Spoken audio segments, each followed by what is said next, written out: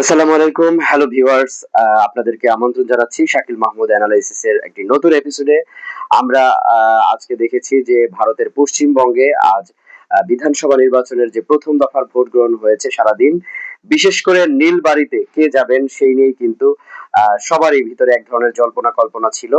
তো এই প্রথম দফার ভোটে আসলে সারাদিন কি ঘটলো আমরা একটু আপনাদেরকে সেই জিনিসগুলি স্মরণ করে দিতে চাই। আজকের এপিসোডে মূলত আমরা ভারতের পশ্চিমবঙ্গের বিধানসভা নির্বাচনের প্রথম দফার ভোট নিয়ে আমরা আলোচনা করব।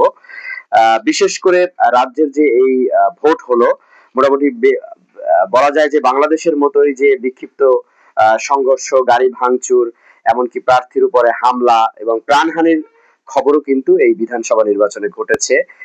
16 জেলায় প্রায় 152টি আসনে এবার ভোট হয়েছে।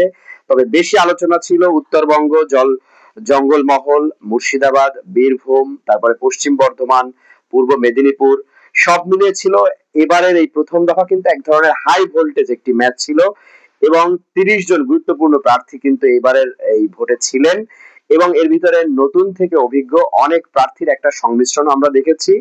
এবং সবচেয়ে ইন্টারেস্টিং বিষয় হচ্ছে যে এবারের যে ভোট দানের যে হার সেটাও কিন্তু রেকর্ড করেছে। প্রায় 89.93% ভোট পড়েছে বিকেল 5টা নাগাদ এবং সর্বোচ্চ ভোট পড়েছে কিন্তু দক্ষিণ দিনাজপুরে 93.12% এবং সর্বনিম্ন কিন্তু আমরা দেখেছি যে কালিম্পং এ 91.98%। এই ছিল এক ধরনের ভোটের হার।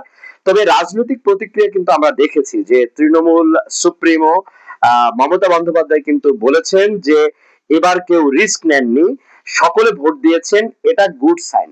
এবং পাল্টা প্রতিক্রিয়া কিন্তু আমরা দেখেছি যে কেন্দ্রীয় স্বরাষ্ট্রমন্ত্রী অমিত শাহ, বিজেপির নেতা, তিনি কিন্তু কটাক্ষ করে বলেছেন যে তৃণমূলের দুর্নীতি এবং গুন্ডা রাজ্যের সূর্য অস্ত গিয়েছে। তিনি কিন্তু পোস্ট করে এটা বলেছেন।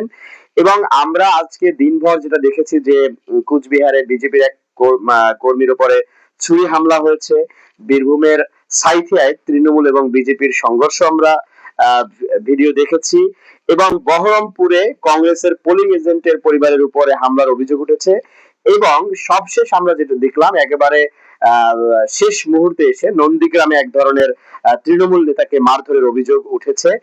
তো সব মিলে ভোটের শেষ মুহূর্তে কেন এই নন্দীগ্রাম ঘিরে এত উত্তেজনা, বিশেষ করে যে তৃণমূলের যিনি অঞ্চল সভাপতি ছিলেন তাকে বেধড়ক মারধরের একটা অভিযোগ উঠেছে বিজেপির বিরুদ্ধে এবং অঞ্চল সভাপতি শেষমেশ পুলিশের সাহায্য নিয়ে তাকে হসপিটালে নিয়ে যাওয়া হয়েছে এবং নন্দীগ্রামের যে জেলে মাথার 37 নম্বর বুথের ভেকুটিয়া 1 নং অঞ্চলে এই ঘটনাটা ঘটেছে এবং সেখানে তৃণমূল অঞ্চল সভাপতি রাখহরি ঘরাকে ব্যাপক মারধর করেছে কিন্তু বিজেপির কর্মীরা।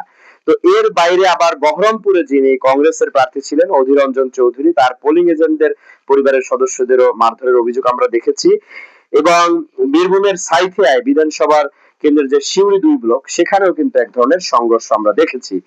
তো সব মিলে বলা যায় যে এবারের যে এই নির্বাচন অনেকটা হাড্ডাহাড্ডি হয়েছে। বিজেপি তারাও আশাবাদী জয়ের ব্যাপারে এবং মমতা তো ঘোষণাও দিয়েছেন যে এই তৃণমূলের যে ফুল এবং বিজেপির আসলে কে শেষ হাসি হাসবেন সেটার জন্য আমাদের আরো কিছুদিন অপেক্ষা করতে হবে।